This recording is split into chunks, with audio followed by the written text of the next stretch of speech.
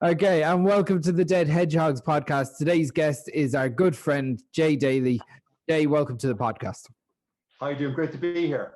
Looking forward to it. Thanks, Jay. Are you well? Thanks for coming on, Jay. Pleasure. Thanks for coming on, Jay. Legend.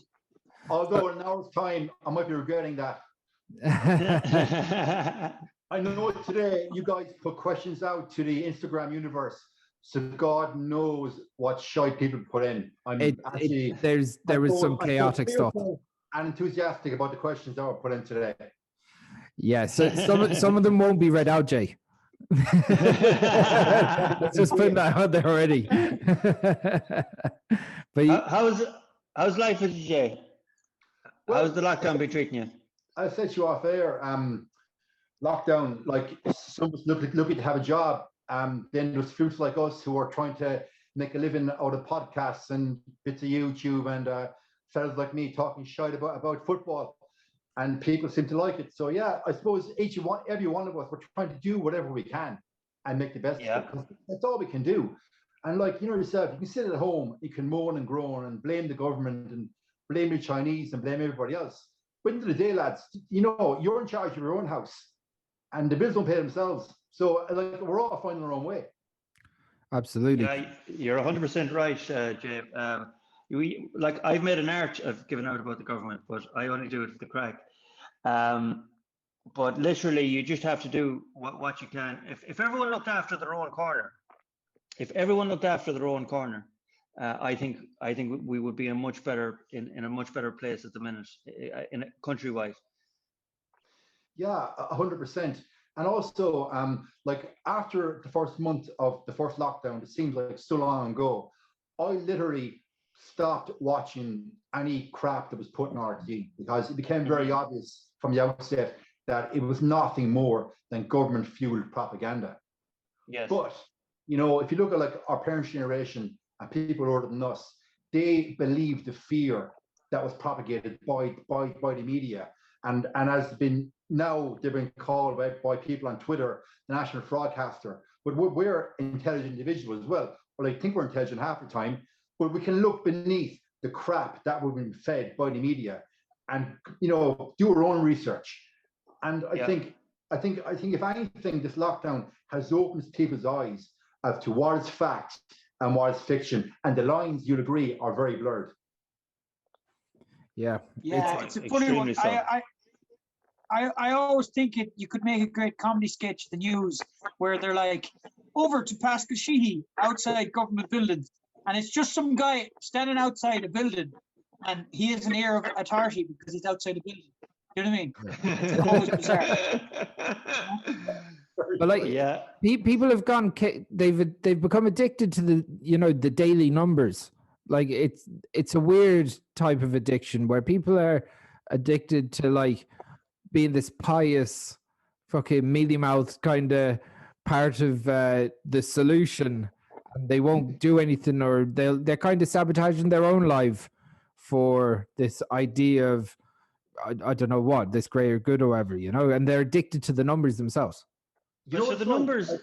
Go on, sorry, I have this notion, go on, Jay. of thousands of people in this country every night sitting in front of RTE with a box of Kleenex watching numbers porn. That's what it's like. Numbers porn.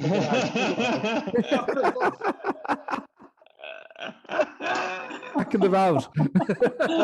But it's just pure scaremonger. Oh, we're in the 400, lads.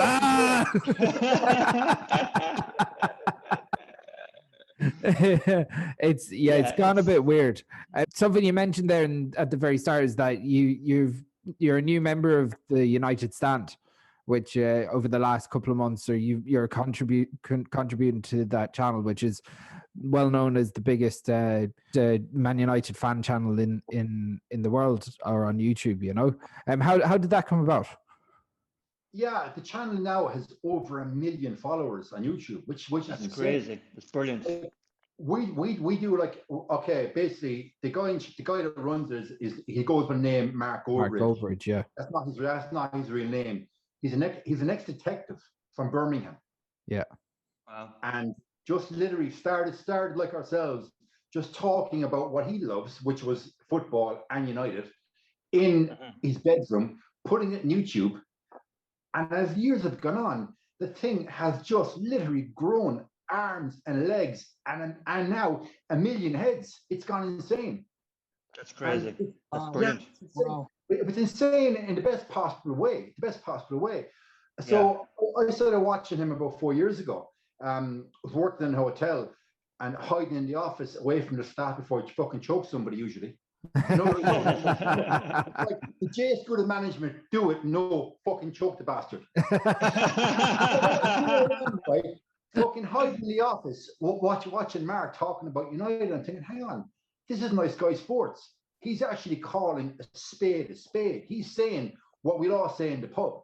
If a player is shit, he's shit. He's good. And we call it out. And the thing just grew and grew and grew. How did I get involved? Well, the lads saw some of my stuff on Instagram.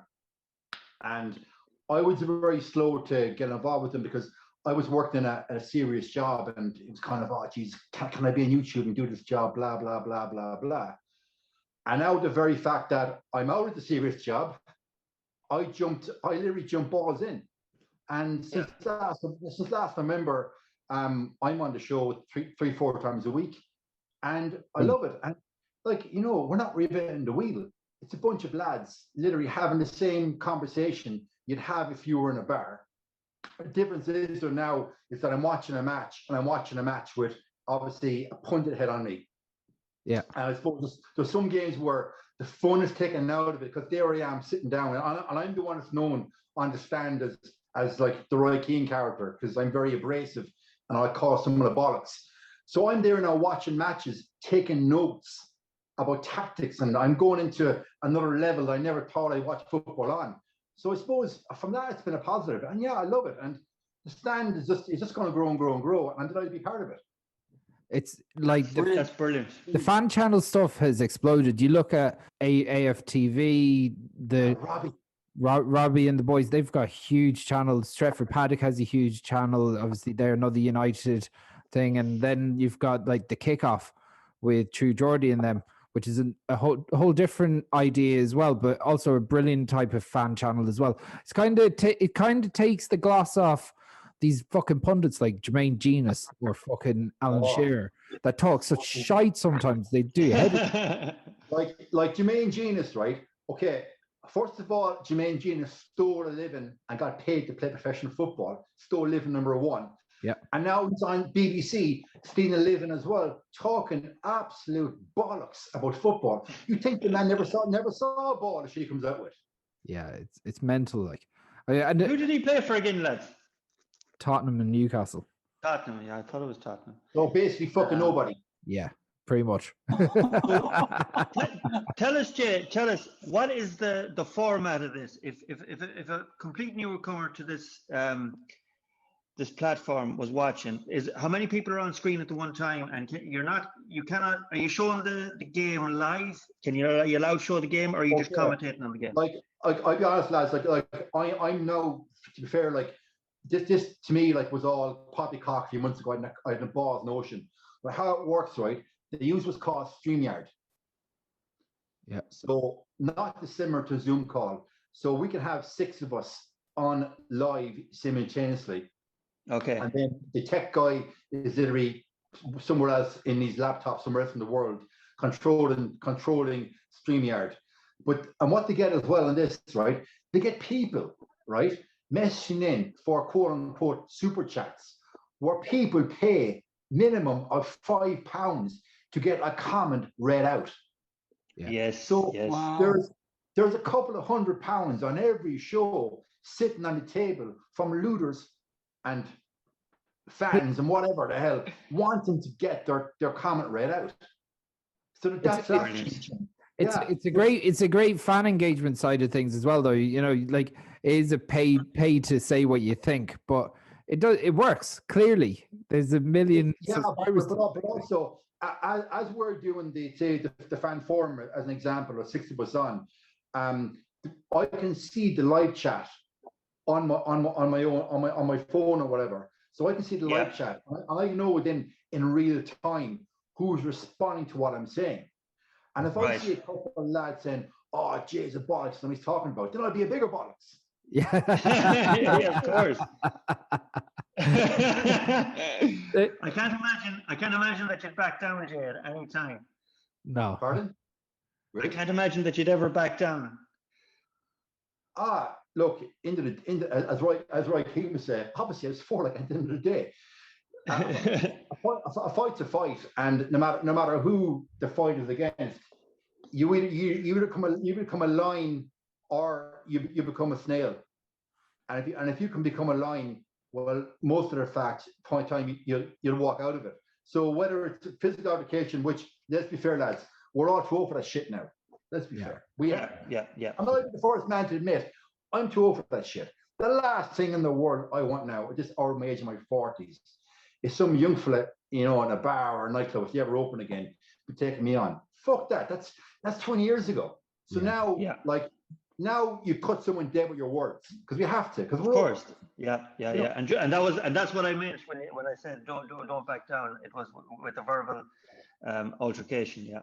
Bit of a phenomenon. I think that it's the fact that in the last year that people haven't had anything to do bar watch football. So there's more football than ever. People are more inclined to watch more football associated stuff in between matches as well. And it seems that every channel has exploded in numbers. Yeah, and to be fair, I think it's become saturated. Yeah, like, maybe. You remember as kids growing up, you got match of the day. If you're looking to have the illegal area and tap from the neighbor four doors down, you got match of the day on a Saturday night, and that was it.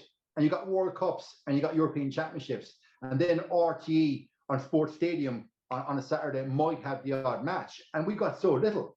And now I think it's oversaturated. I think actually there's too much football on TV. Yeah, it's hard to get motivated to watch a game every 2 days. Yeah, agree. But now I have to, because I've got the radio gig on CRC, which is every day. And I said to you before we come on, I've got the PSG game sitting here beside me. I'd watch that game anyway, but I should be sitting there now writing down my notes and my talking points, which means tomorrow I gotta go back, watch the highlights, and do my job.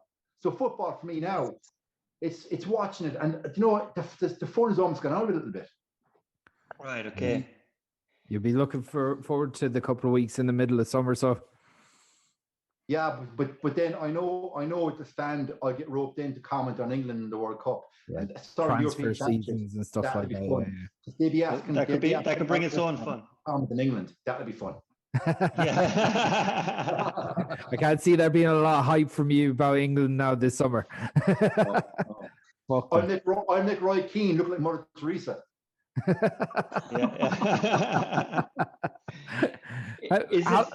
Has this always been a passion of yours, like football, since a kid? Like, is it? I thought you were going to say it has been talking bollocks on it and passion of yours. Yeah, that's we all know that. Don't even have to ask that question. We're all pretty good at that. I suppose. Yeah, I've always been a talker. That's obvious. The problem is most people don't listen. And now I've got 40,000 people that listen to the crap I talk. But look, I'm obviously taking piss on myself, and so I should. But regarding football, I'm almost a massive fan. Stopped playing when I was 17, playing for Limerick under 17. So I could kick a ball in my time, long time ago now. Then I started cycling, which took 20 odd years of my life. And then it was bodybuilding. So I've always, if I do something, it's all in. It's really blinkered approach, and I want to be as good as it can be at whatever I do. And now that I'm doing this football punditry thing that I can't do bodybuilding anymore because China fucked up the whole world, I now want to be the best version of a football pundit I can be. Excellent. And that goes back to how I was in sport. Yeah, that's a brilliant. That's a great mindset to give it everything. Don't do it if you're not going to give it your heart. Yeah, because look, the world for me, it's made up of people that could have, should have, would have, and ultimately didn't. Now, look, I have not achieved all my goals in life. Of course I haven't. Jesus Christ, I haven't. I had this thing, I want to be a millionaire, driving a Range Rover till I'm 40. Did it happen? No, it didn't happen. But if you don't aim for something, then you achieve nothing. There's a very good book, guys. It's called The 3% Male. Okay, and basically it's all about the concept that 3% of men are alphas, and 97% of men are betas. As in, just go through the motions, punch the clock, and no one takes much notice of them. And then you have the 3%, lads like ourselves, Hardy Bucks, the original Hardy Bucks, are in that alpha male category. That people actually, we might talk bollocks, we might fuck up, but people take notice of what we do and what we say. Yeah, 100%. 100%, Jay, 100%. Jay, can you tell us about your time cycling? I know you were at high level cycling. You were in Spain, or you're in the continent for a while cycling. Well, if people want me to bore the tits off them for 5 minutes, I will. Go for it, man. Go for it. I started cycling at 17, rode my first world championships at 18, and basically the deal was my parents, right, first leaving cert, you have to do it. But by Jesus, if you don't get your points to get into University of Limerick, next year you're repeating. So I went into my first leaving cert, knowing full well, right, you're going to repeat anyway. Got very good points, but not what I wanted to get for University of Limerick. So that summer then rode the World Championships, knowing then that when I went to University of Limerick, after I repeated, I was going to end up getting a sports scholarship for 4 years. Right? Okay. So for the 4 years in UL, I was getting a sports scholarship, which meant I had to win X amount of races per year over the 4 years and reach a minimum requirement on my degree. So that kind of kept me in college. That kept me in college, right? What else then? I'm going back. I went off to Spain then for the first time, like in 1996. Right? You're going to love this, right? Officially, I was on Erasmus. Okay, where they send the Irish student from University of Limerick off to university in Spain, and I'm supposed to officially go to college in Spain. Jay rocked up, right, the first day, signed all the papers, got the card. My university didn't realize, I already had made contact with the national team manager of the whole of Spanish cycling, and he set me up for the team. And the hook was, all I had to do was ride for this local team, wear the jersey, wear the kit, race for them basically, got paid to ride for them, and then rock up at the Spanish National Championships of universities, ride one race for the university, and he'd see to it that that university gave me a transcript to go back to Limerick. Brilliant. Right? So you weren't going waiting around. No, so basically, right? Yeah, but I got the ID card. And the ID card complete with, back then, lads, you're going to laugh, right? I had this fucking big mop of curls with ubiquitous undercut. Remember them? Yeah. It was awful. I was horrendous. So then, right, every summer then, and every January, February, I would go back to Spain to the same guy who hooked me up for the team. And it was great because he was getting a cut from the team for putting me there. I was happy to be there. And me, do you know what? It's the best years of my life. Senorita, left, right, and center. And then when I graduated university, I went back there again. I made another go off it. But to be perfectly honest, I got the most out of what ability I had. That's, because I worked hard. But yes, my biggest problem was, well, two biggest problems: nightclubs and Las Mujeres. They're my biggest problem. I had no problem doing the training, no problem with traveling or the racing. But I turn up training at 10 o'clock in the morning. I was getting back to the apartment at 6:30 from a night out in a nightclub, getting back and then trying to train on 2 hours sleep. Now the managers knew what I was up to. Like, let's be fair, they weren't stupid. But yeah, as long as you're performing, they let you off. But the problem was then, as you go up the levels and you go to bigger teams, that's not acceptable. And then it got to the stage where I got stage then where I reached a ceiling where, okay, he's too much of a fucking playboy or pose or Jack the Lad. And I stopped getting contracts. And then it was a case like, come home. That's simple. Okay. Come home. Yeah, in a nutshell. How long were you in Spain? I knocked 5 years out of it. Nice. Long enough. Do you regret not putting your head down and actually giving it even for a year? Do you regret not giving that, or were you just having too much of a good time? Well, I suppose the Rob Williams song "No Regrets," they don't work, because no, cowboy, they don't work, right? And this is a question that I've asked myself. The 2 o'clock in the morning, you can't sleep, and you go back. Your brain takes you back in the day, and you've got clarity of thought. But to be perfectly honest with you, I wasn't good enough. I wasn't good enough. And I admit I wasn't good enough. Did you know that at the time, or is it in hindsight that you know that looking back? Like, at the time, I knew it, but I didn't admit it to myself because the ego wouldn't let me admit it to myself. And I suppose then I just kept going on as I was, plodding along. It was almost towards the end of the season, when I was in danger of not getting called back or getting another team, I'd pull some big performance out of my hole. And they'd think, geez, he's fucking actually working hard. No, I was always a hard worker. But it just came, I was partying too much. Yeah. Come on, I was in my early 20s. And option B, come back to Limerick. And let's be fair, Limerick back in the late 90s, early 90s, isn't the Limerick of today. Yeah. It's a different city. So I don't just do enough to get us back. But in hindsight, I wasn't good enough a rider to get to the next level. And I can admit that. And I'm okay about it. That's a great way to look, Jay, because I know Mark Maloney has one of his favorite sayings is shoot for the moon, and even if you miss, you land among the stars. But at the end of the day, you have to know your limitations as well. And you seem to have came to an understanding of what your abilities were, and you still played to the best of them. Yeah, exactly. I think I got the best out of what ability I had. That's what I do believe. Yeah. If everyone could live like that, it'd be good life. What was life like when you were a kid growing up in Limerick? Like, was it? Because obviously we had a very different life living up in Swinford, which we Swinford well, like. But what was it like in Limerick there? Well, first of all, we had electricity. Do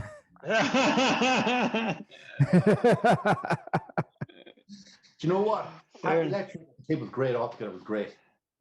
That's right. Wasn't Limerick the first county to get electricity? Well, you know what, right? The first ever hydroelectric power station was built at McCrushy, County Clare. That's right. That's Clare, sorry, yeah. Back in the 1920s. It was the first ever big project enacted by the Free State government. And that was like 10 kilometers over the border. So that happened in Limerick. So yeah, we were the first. Yeah, I thought that. That's something that I remember from Ardna Crusher from my national school history. No, but let's be fair. I go back to your question. Okay, I suppose I had a good upbringing. I came from a very, very good family. Dad, like most 80s, 90s dads, worked all hours God sent to give us a better life. And I'll never forget him for it. We grew up in a rough area until we were teenagers, and my brother and I, another very similar guy to me, we were just put into sport from 7, 8 years of age, and it was soccer, rugby, and then for me ultimately it was cycling. My brother was basketball, and we were just shoved into sport. Sport was all we knew growing up. Okay, yeah. And I don't want to make it sound like I grew up in fucking Compton or somewhere dodgy, but I did grow up in a dodgy enough area. And to put a finer point in it, some of the guys that my brother and I grew up with ended up dead or in jail. Mm-hmm. And then as teenagers, then we moved to a more salubrious area. And so I'm glad that my parents had the foresight to shovel two, really gregarious young fellas into sport, because we had to find some way of chance of energy, and it worked. And was that the reason for it? It was, if you were involved in these sports, it kept you away from other lesser and not more appealing activities? Cowboy, 100%, mate. I've always believed that any young fella or girl that is exposed to structured, proper, organized sport at an early age and knows, okay, on a Tuesday night, I've got to be here at 7 o'clock. On a Wednesday, I've got to be here. Thursday, I've got to be here. It gives them structure and it gives them focus. And for me, that's a big issue now with kids on lockdown. A good friend of mine, and I'll name drop him, but he won't care. He's a great guy. Is Rob Heffernan. Rob, as you know, he won the gold medal in the war. Yeah. Rob Heffernan. He's still the only Irishman that went to Russia and beat the Russians by himself. Yeah, he's an animal. Yeah. But Rob and I have a conversation all the time. What's happening to kids and teenagers on this lockdown? Because they no longer have the structure and of sport that we had growing up. It's been taken away from them.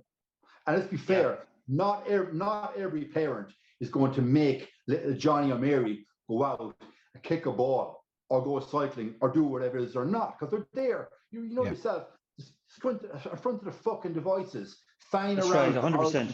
And that's not healthy. No, and I think there's going to be an even as big as this coronavirus has been in the country, whether we've been told the truth or not. I think the fallout from all this shit is going to come down the line. Mental health, other diseases that haven't been treated. Like, I mean, we don't get numbers of how many cancer patients were diagnosed today, or we don't get numbers of, like, you know, mental health or suicide, you know, we don't get them numbers. So why we keep being fed this narrative? But I do think that the bigger problem is going to come after this is all settled and we're getting back to normal. I think then that mental health is going to be a massive issue in this country because it's underfunded to start off with. Listen, you've just spoken some very, very wise words there. And okay, this probably won't happen, but I imagine after lockdown, if some element of HSC got their fingers out of their hole and said, right, we need to create a critical mass of motivational speakers, of people that have lived one element of life, different backgrounds, to go into schools and just speak to children about mental health, goal setting, mindset, and motivation. They won't fucking do it. We know they won't do it. But like, my son is 7 now. So in 10 years' time, we're not going to know the effects of this lockdown on, say, 5, 6, 7, 8-year-olds until 10 years' time, which is scary as hell. Yeah, 100%. 100%. And also, there's a pinnacle time in a child's life where they learn how to be social and interact with people. That's kind of lost as well. You know what I mean? And that's what sport does as well. You know, half the crack at sport was down the back of the bus, messing with the lads. Like, you know what I mean? Yeah, that's true. That's true. That's true. Like a varsity, like a brotherhood. You created like a brotherhood in them times, and how to be social and friendships were formed and how to make friends, and that's all lost for such, especially around 5, 6, 7, 8, 9-year-olds. There's a saying, show me the 7-year-old and I'll show you the man. You know, 7, they say, when you're at age of 7 is one of your most formative years. So show me the 7-year-old and I'll show you the man. You're talking about almost 30% of their life as well, like, have been taken off in this fucking connected time. With great conviction. Any of my real friends, the kind of friends, right, they can ring up at 4 o'clock and, hey, I have a problem because the body needs to move it. You know, a real fucking friend, right? And Peter. Yeah. Actually, your brother and I have a code for that. Right? If your brother ever rings me at 4 o'clock in the morning and I see the phone and I see on my phone Almeida, he's in the phone as Almeida from 24, right? and I hear your brother say these words, Jay, the lakes in Moscow are frozen this time of year. I know it's reached critical mass.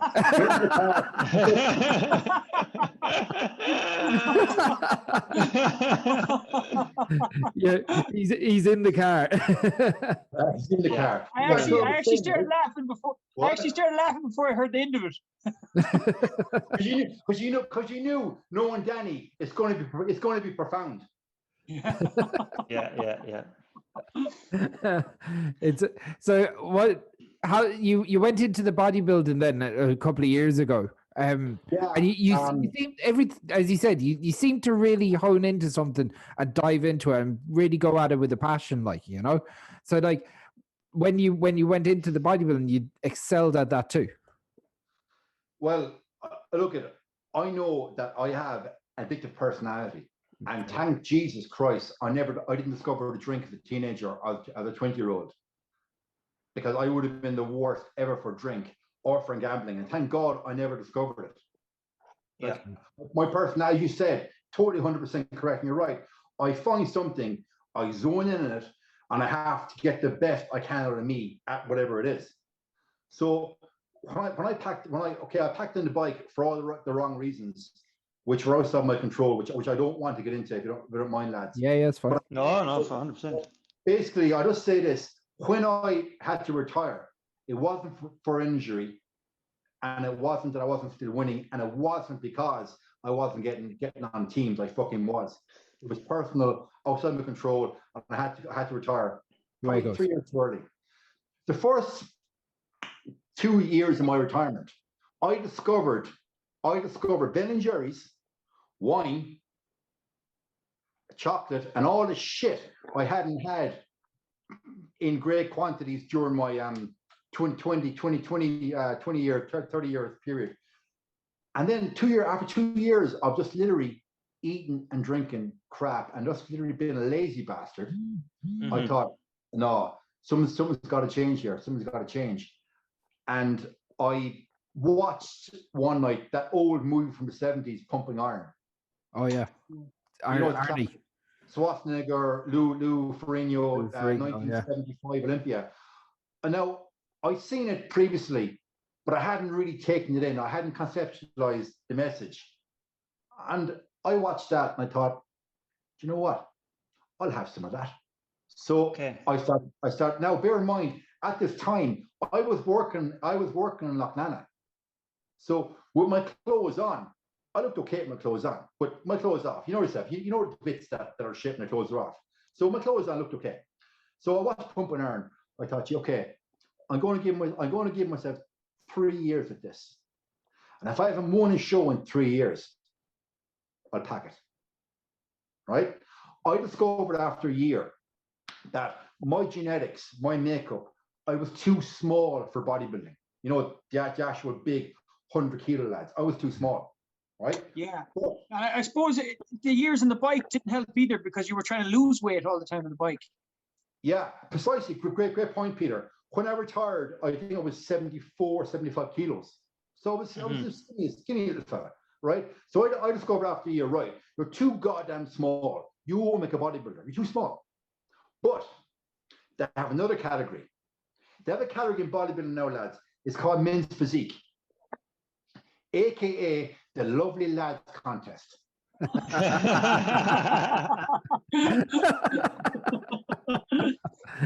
So basically, right, about, 10, 15 years ago, the World Governing Body of Bodybuilding, the IFBB, brought in men's physique, because the general public couldn't no longer stomach the big monsters like Jay Cutler, Ronnie Coleman on stage. Because let's be fair, lads, those boys, they're not doing in the past them water. Let's be fair, like. Yeah, exactly. Yeah. They're getting a little bit extra.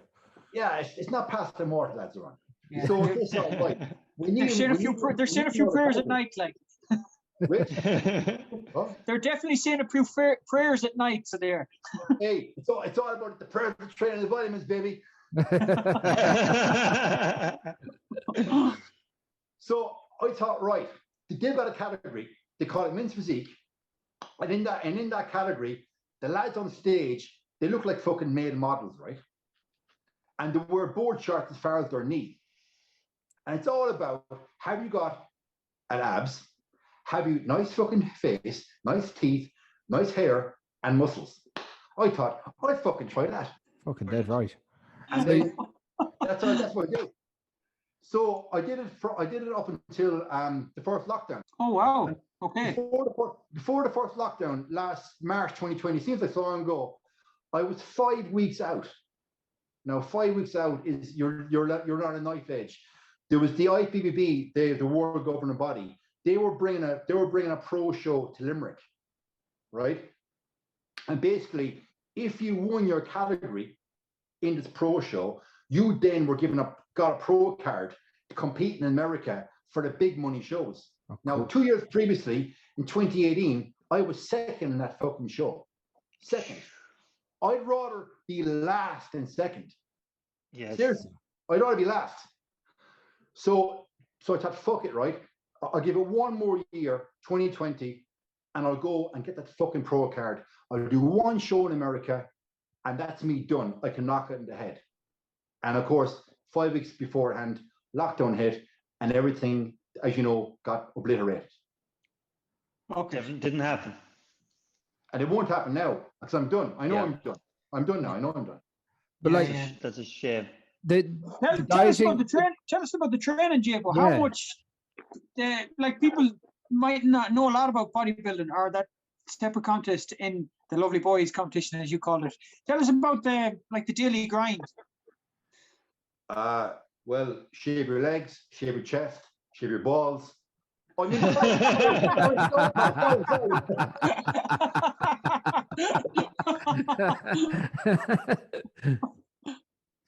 Sorry, man, I'm fucking with you.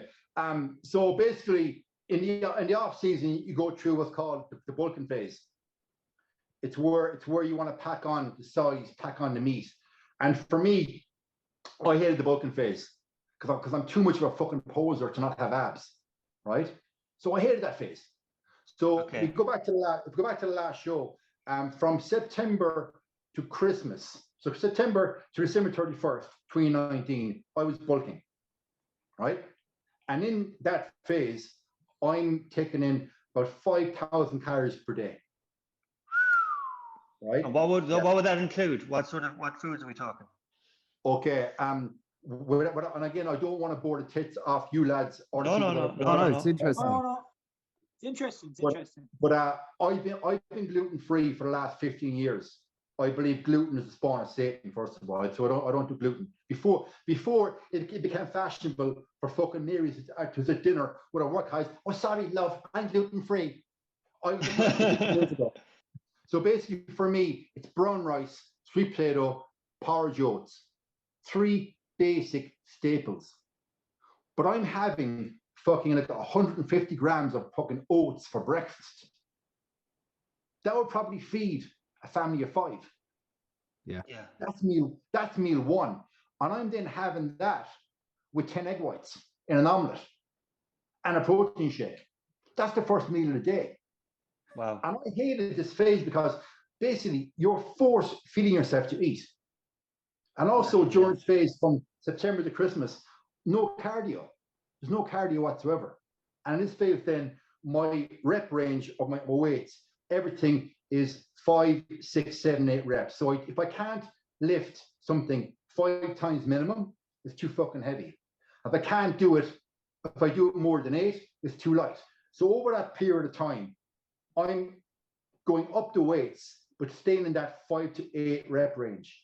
Okay. Now that's what worked for me. Some people go lower reps, but I discovered for me, for my body, the way I respond, that if I could sit at 4.5 to 5,000 calories per day, train 6 days a week, and it's only 1 hour sessions, lads.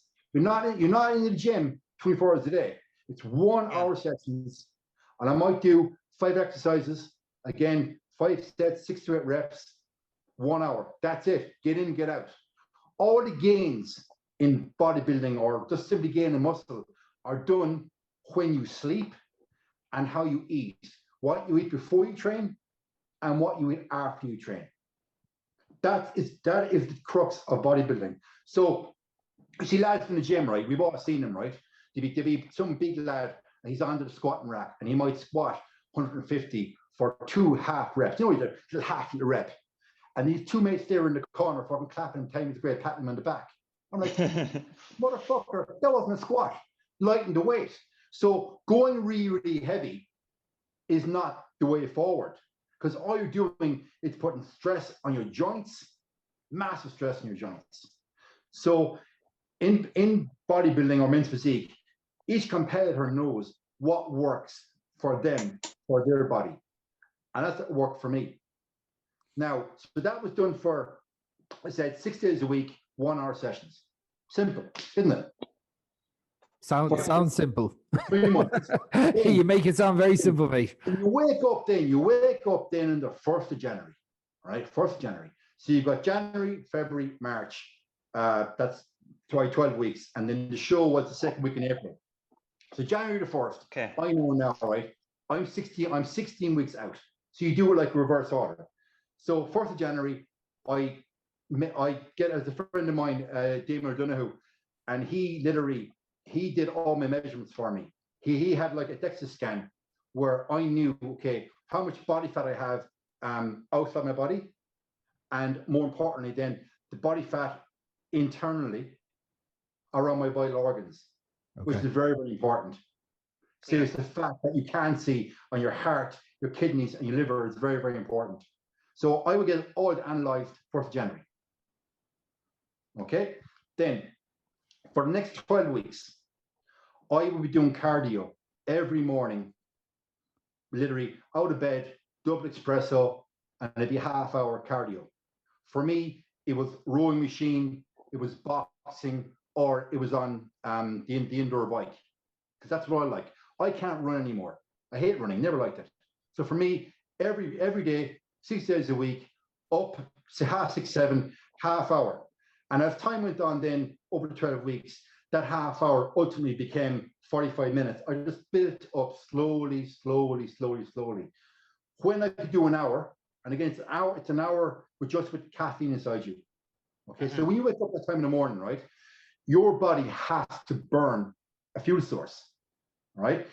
It can't burn glycogen, which you get from carbohydrates, which is in your liver and in the muscles. So what does it burn? It burns body fat. So for 12 weeks, I'm chipping away at that for 12 weeks. And that half hour becomes an hour. When I can do an hour, I go back down to the half hour, but then I start bringing in lots and lots of sprinting, high intensity stuff. That's the morning session. The nighttime session then, sorry, go ahead. No, go on. I just said okay. So then I'll do a second session then at night. This is the weight session. And this is where, again, I don't want to fucking bore people, right? No. And so basically, my weight sessions then, I literally followed the blueprint that Arnold Schwarzenegger was doing when he won Olympias back in 1970s. I was of the opinion, if it worked for Arnold Schwarzenegger, irrespective of him being way bigger than I am, but the training philosophy, the weight, the reps, the sets, and the way he put it together, it worked for me. So I would do my chest and back on a Monday and on a Friday. I would do my legs on a Tuesday and a Thursday. And then we do my shoulders and my traps on a Wednesday and a Saturday. So basically, you're hitting every body part twice a week. Okay. So Sunday then was on the rest day. Just a rest day. And was there? Sorry, go ahead. There's no drinking involved in these periods. There was no drink. It was 16 weeks, no drink. Yeah. I don't know why I keep asking when we get people in fitness on. I don't know why I ask that question. So you know, drink. But listen, guys, come here. I drink now. Of course, I drink now. But now the way I do it is right. I love my wine on a Saturday night. Right. I was never a beer person. I love my wine. So if my partner and I are having 2 bottles of wine, a bottle of wine each, just be fair. Do it fucking right, and I do it at all. I'll go out on the Saturday. No, come here. What fucking good is 2 people sitting down 1 bottle of wine? That's my theory. The ball. Come here. Like, who goes into a bar, orders a pint, and then pours into a half glass? Here, that's your half. Same with wine. Yeah. Fair enough. So if I'm having my bottle of wine on a Saturday night, and often it's a Sunday as well, I'll go out that morning and I'll do a bike ride, and I'll burn 1,500 calories on the bike. Yeah. Deliberately. And the same Sunday. So that I can drink that fucking wine. That's what I do. I do the exact same thing. If I know that I'm going to have a few drinks in the evening time or at the night time, I go out and I'll do a 10K, so that I've already in my head I deserve it, and I can let that happen. Perfect. Because in the end of the day, right, I know now that I am fucking retired. The show is over. There's no more athletic events for me. I'm too fucking old. But so now I want to enjoy my wine. And if I want to have a second bottle of wine, I fucking drink it. Why not? Definitely right. Yeah. Well, a lot of people don't realize too, Jay. We talk to a lot of fighters and MMA dudes and boxers with a few female fighters on, and they talk about the weight cut. But a lot of people don't realize that there's an actual weight cut in bodybuilding as well. It's dehydration. Yeah. Great question. So in men's physique, right? I was in the tall class. So basically, you're over 1.83 meters. So you're over 6'1", no money. So I could be whatever weight I wanted. But every competitor on stage at that high level, they know essentially what their fighting weight is, give or take. And if you aren't within 1.5 kilos or 2 kilos of your fighting weight with 2 weeks to go before the show, you shouldn't be going on stage. Because when you come to what they call in the business peak week, the week of the show, and you've got to drop down 2 kilos, when you go on stage, you look fucking small. Yeah. Right? Okay. So the way that you said about the water, the way it works is, right? So say the week of the show, for 5 days before the show, all I'll have to eat for 5 days now, lads, is cod, hake, and asparagus. What was it? Say it again, Jaybo. So for 5 days before, so you're talking about a water cut, right? Yeah. So for 5 days before a show, all I'll have, is cod, hake, and asparagus 5 days, right? Oh, Jesus. So I start off the Monday, and I'll drink 5 liters of water. Then on Tuesday, might go up to 5.5 liters.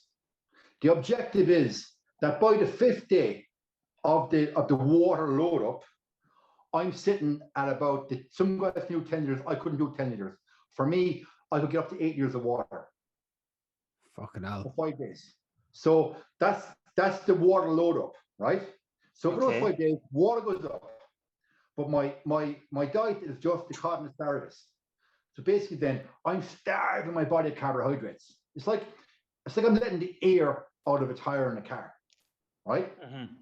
You know, you have a car tire and it's 30 psi. You're trying to shove in 2 more psi. Isn't it balls get it in? Yeah. But that tire is down at 10 psi. You shove in the hose, it just pops up. So if you do 5 days where your body is starved of carbohydrate, what happens to your muscles? Your muscles basically, they're like a fucking sponge. They're craving carbohydrates, right? They're craving carbohydrates like a fucking piss they're craving a curry.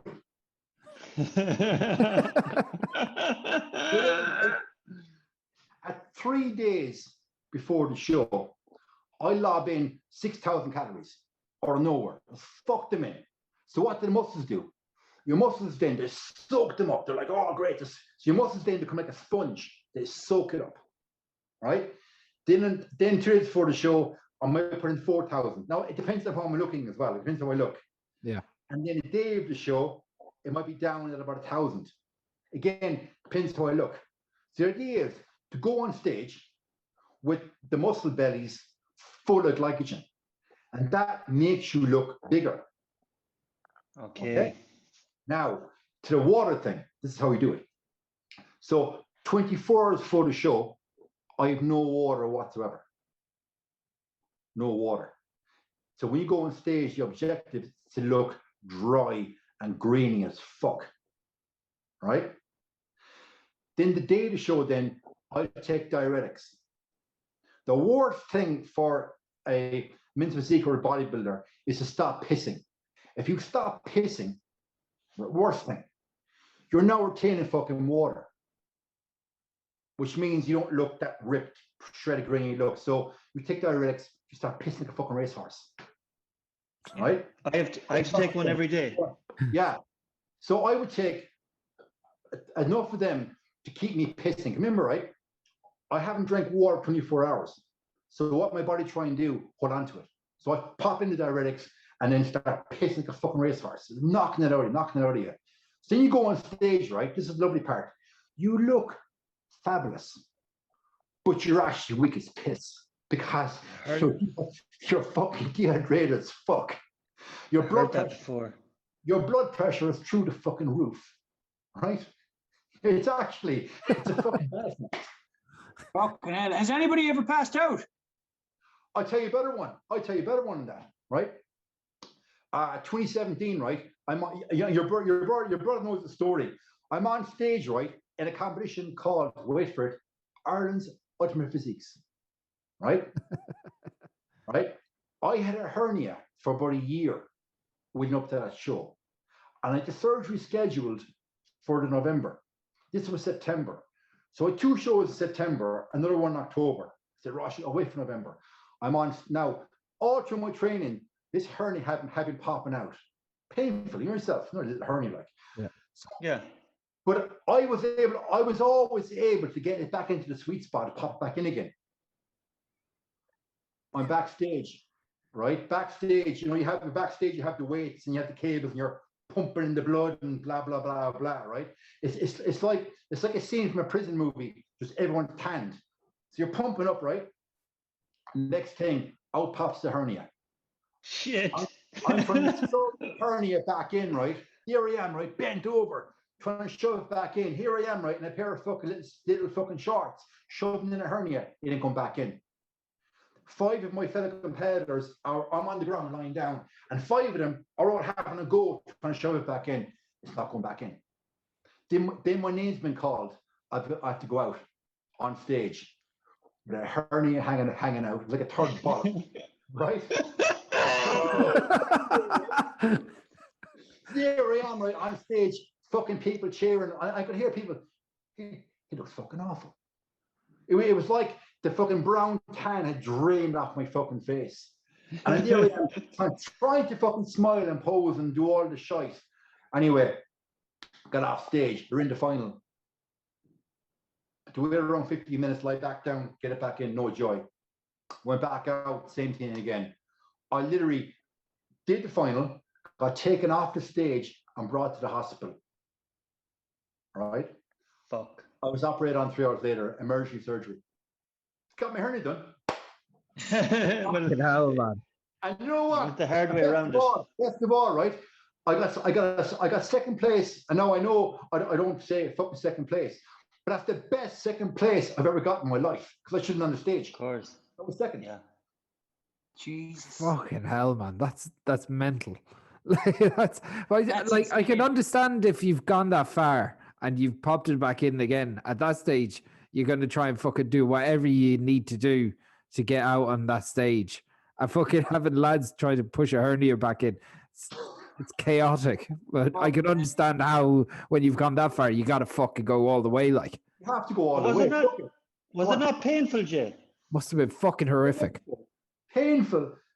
Like, put it this way, I've never been in the Mountjoy showers, and I don't want to, but I say it was as painful as that.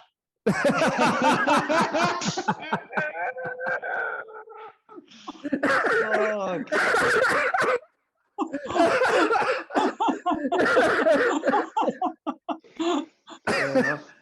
Fucking hell, Jay. Oh, stop. You're fucking hardcore bastards, so you are.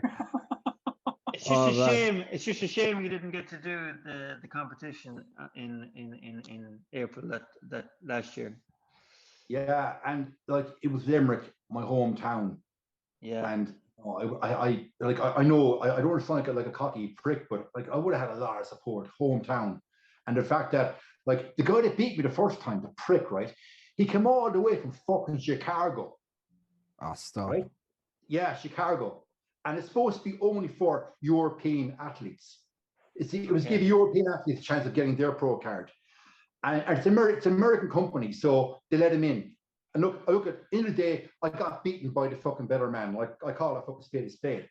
But some fucker to come from Chicago and beat you in your hometown, it's hard to deal with. Hence why I was going back to try and win the goddamn thing. Yeah. Absolutely. But anyway, look, say the V, you know. Well, if you did do it, you mightn't be on the United stand now. Do you know what I mean? If you went back and did the competition, you mightn't be doing the United stand, the punditry stuff. I suppose you could look at it that way, P. Well, look, P, you're right. Look, that's a big positive. And had lockdown not happened, I wouldn't have been able to spend the amount of quality time that I'd be able to spend with my children. That's brilliant. Yeah. Will Ollie win the Europa League? Okay, so it's football time. Gotta ask it, man. Gotta ask it. Okay, tomorrow night we're going to Party Granada game because we know they're through. Yeah. Ajax Roma. I wouldn't fancy him against Ajax or Roma over 2 legs. Oof. You don't fancy Ollie in the semi-final at all, but he hasn't got a great track record in the semi-finals. Okay, right. Solskjaer has lost 4 semis. I know there's a drug for that. Yeah. I get it. It took us a while. But it's I tell you this much, like it's a much better team to watch. Like since Ollie's taken over, they're far better than watching Mourinho's United or Van Gaal's United. Okay, this is a discussion that we've had on the stand numerous occasions. If you take out the victory against the second half against Spurs, park that a second. Yeah. That was their best performance since the Everton away game in the Carabao Cup back in December. All through January, February, and March, their performances had been atrocious. Maybe the Man City game. Yeah, possibly. I don't believe the football is that much better than what Jose played. He's still playing 4-2-3-1 with McTominay and Fred sitting in front of a centre-back partnership, which doesn't work. And they sit very deep. And I believe if Bruno Fernandes hadn't not been signed, United would be a mid-table club. He is their talisman. He's their fire starter. And look at it. Before he was signed only because Pogba and McTominay were injured in January 2020. So he has been, I believe, the primary reason why United have become relevant again. For Solskjaer and that club to move forward, they still have to buy a proper world-class CDM, a proper centre-back, and now if Cavani leaves, a striker. And also, they are still pretty dead on the right-hand side. Like, do you trust Dan James on the right? I certainly don't. I know Mason Greenwood has been decent as of late out on the right, but at the end of the day, Mason Greenwood for me, he's a number 9. He's a striker. He will be a striker. He will be. But almost like Robin van Persie, he grew into a striker. Robin van Persie in the early days of when he was with Arsenal, he was out on the right hand side with Henry in the middle, like. Yeah, totally. So that's where you see Greenwood go. Like the phrase that's used on Twitter by many fans is Greenwood is quote unquote a generational talent. I don't know if he is, because we have to judge him in 5 years' time if he is that talent. Yeah. But the fan base believe in him, and obviously because he's a local lad, he's from Manchester. But that's a lot of pressure to put on a young 19-year-old kid to be. Yeah, but generational talents like that, like Ryan Giggs or Wayne Rooney, when they were coming through at that teenage, they either become the Wayne Rooney or Ryan Giggs that they're supposed to be, that the fans at the time were saying generational talent, and they either make it or they don't. Greenwood, we all just have to wait and watch Greenwood whether he keeps on scoring goals. Is he from the academy, is he? Yeah. United, in fairness, there's one thing about Solskjaer. He's brought lads through the academy.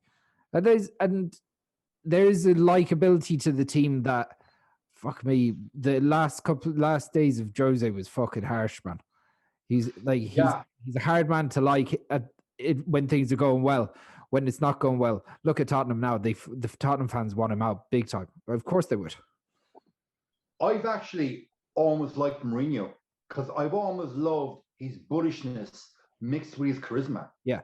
And I firmly believe, and you can argue with me, and I gladly argue with you in a good way, that if Mourinho had taken over in 2013 post Ferguson, I had been given the tools, United would not have gone through the 7-8 years doldrums that have gone through now. And there's a conspiracy theory that he wanted a job. He went on a charm offensive for the job. His agent pretty much told me he had the job. Yeah. Bobby Charlton put the kibosh on it. Ferguson did not want Mourinho to get the job. Yeah. And as we know, Moyes was single-handedly appointed by Ferguson. Now, any CEO of any big company, they never get to appoint a successor. So the fan theory is that Moyes is put in there by Ferguson to solidify his own legacy and show, look, I won the title in 2013 with this Asian squad. Whoever comes in after me is going to do dog shit. And that is a fan theory that I think holds a lot of water.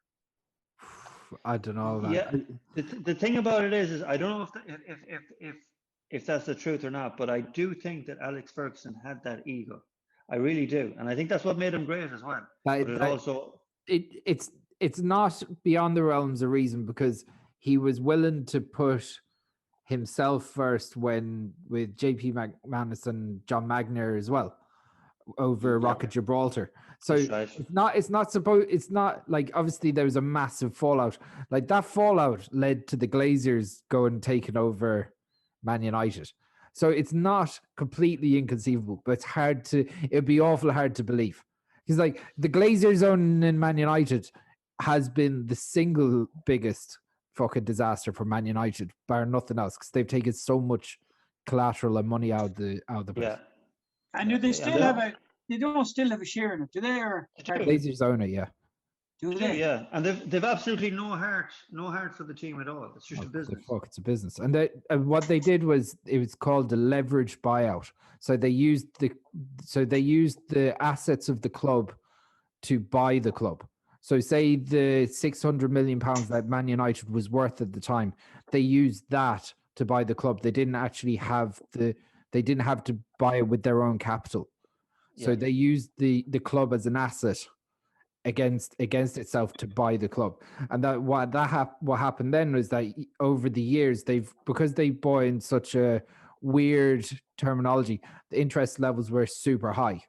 So the interest levels like £100 million a pound a year or whatever, and they just serviced the interest level. They never decreased the debt on the club. So that's why United is so heavily in debt, yet they still make a profit. Yeah, they still make a profit. They're still one of the most profitable clubs in the world, I'm pretty sure. Yeah, it's the fourth richest club in the world at the moment. Bayern Munich took them up, or is in profit each year. But either way, it like the way they bought United was it was underhanded. It was like that's why Edward was there. He's the accountant that set it up. You know, Listen, that was a very, very, very good analysis and well done. You obviously did your homework, and you're obviously a big fan. And Ed Woodward, he has been proven time and time again to be grossly incompetent in player negotiations for salaries and in a transfer market. But as you rightly pointed out, he was one of the key bankers that aided and abetted the Glazers to take it over. Yeah. So they will never sack him as long as they're in charge. He's also the man that gets them all these commercial deals. He's the key to them having like a tractor fucking an official Man United tractor now. You know, and these fucking tractor firms paying £1 million a year to fucking have a logo, you know, associated. It's fucking crazy shit. And then also go ahead. This is why I fell out of love with the game when money got so much involved. Like when I seen United winning the Champions League in 1999 or the European Cup, I realized that there was something special about this club. But when all this money got involved, not just with Man United, with every other club, it just drained the love of it, and it all became transfer deals and sponsorships and logos and under the table brown paper jobs. And I just said, I've had enough of this. But obviously, I still keep tabs on it. But go on, sorry, Jay, what were you going to say? No, listen, I'll go back to your point you made there. It's a very valid point. It is definitely not the beautiful game that every one of us fell in love with as children. No, I agree with you 100%. The first game I ever saw in the flesh was the '85 FA Cup final at Wembley, when Norman Whiteside scored against Everton. We won 1-0. Kevin Moore got sent off for attacking on Peter Reid. That's the first game I saw as a kid, and of course captivated.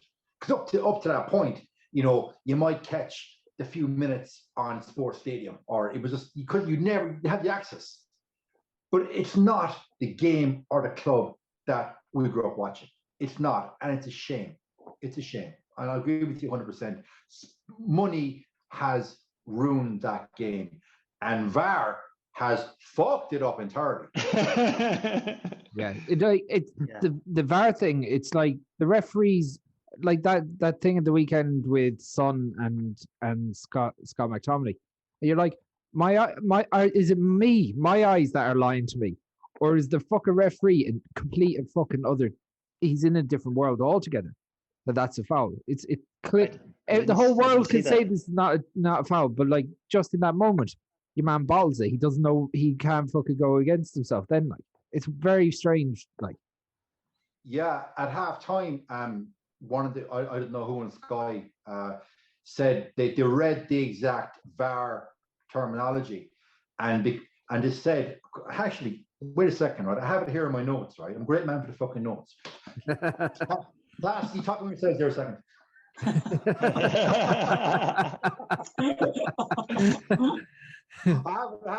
have it. Okay. So, and this direct quote, okay, not part of McTominay's natural running movement and was careless. So, based on that rationale, is a player now supposed to run like a fucking Irish dancer with his hands around? Yeah. It's insane. The whole thing, VAR shows the quality of the referee in England more than anything. It's so poor. Yeah. And why are they getting it wrong?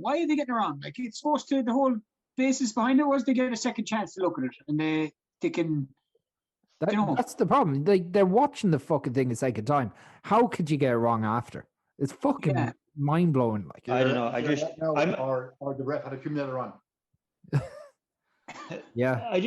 I just think like when it comes to the GAA as well, I'm a traditionalist. I hate so many rule changes every year. There's a different rule change. Just play the game as we all fell in love with it. Not just in soccer, but same with rugby, same with GAA. It's just rule change after rule change. It's like giving themselves jobs to come up with these fucking ideas. But anyway, like that, the boys will tell you I'm a real traditionalist when it comes to sport. But the game has to evolve as well. Do you know what I mean? It has to evolve. Yeah. As well. Like VAR should be so easy, because we watch stuff in instant replay. All you have to do is watch it once and see if the referee got it right or wrong and give the right decision. It should be so simple. And but why are they wrong so many times? Why is there so much confusion over this fucking thing? This is it. I don't know. I'd say Jay's sick of fucking arguing about VAR. I'd say it's on 3 times. Guys, I don't know if any of you watch NFL. Yeah, they have a certain amount of calls that they can they drop a flag. There's a flag on the play.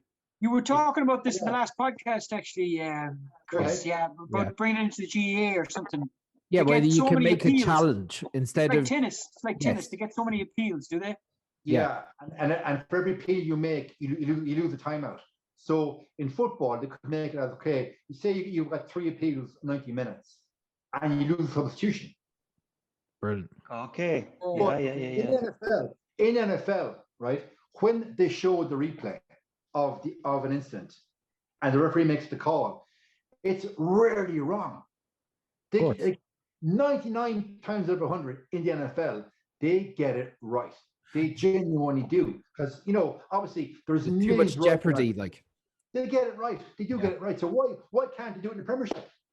Yeah. The NFL was the model, but not using it.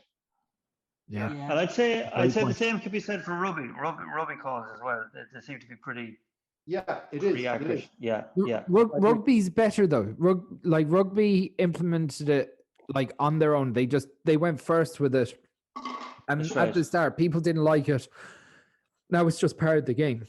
Of course it is, because you can hear VAR as is well, a mess. you can hear what they're talking about as well, and it's sort of that makes a big difference to it as well. Yeah, you can actually hear the conversation between the ref and the video match official, and they're talking their way through it, and the referee can watch it on the big screen himself and say, "Rewind that back there. Yeah, actually, that's actually this," and they go forward with it. You can hear it in real time.